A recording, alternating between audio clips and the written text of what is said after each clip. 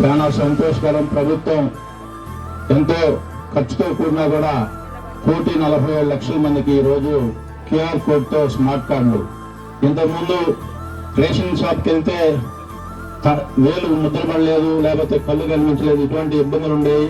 ఈరోజు ఈ కార్డుతో ఎవరికి కూడా చూడడంతోనే పని అయిపోయే పరిస్థితి సులభతరం చేశారు. ప్రజా పంపిణీ వ్యవస్థని సులభతరం చేసి ఇంతకుముందు ప్రభుత్వం లాగా ఫోటోలు లేకుండా మీ ఫోటోలే మీ రేషన్ కార్డులో ఉండే విధంగా ఈనాడు ఈ ప్రభుత్వం మంచి నిర్ణయం తీసుకుని మీరందరూ కూడా ఈ నిర్ణయాన్ని వినియోగించుకోవాలని చెప్పి కోరుకుంటూ, ఈ రేషన్ కార్డుల అవసరం మీ అందరికి కూడా తెలిసిన విషయం.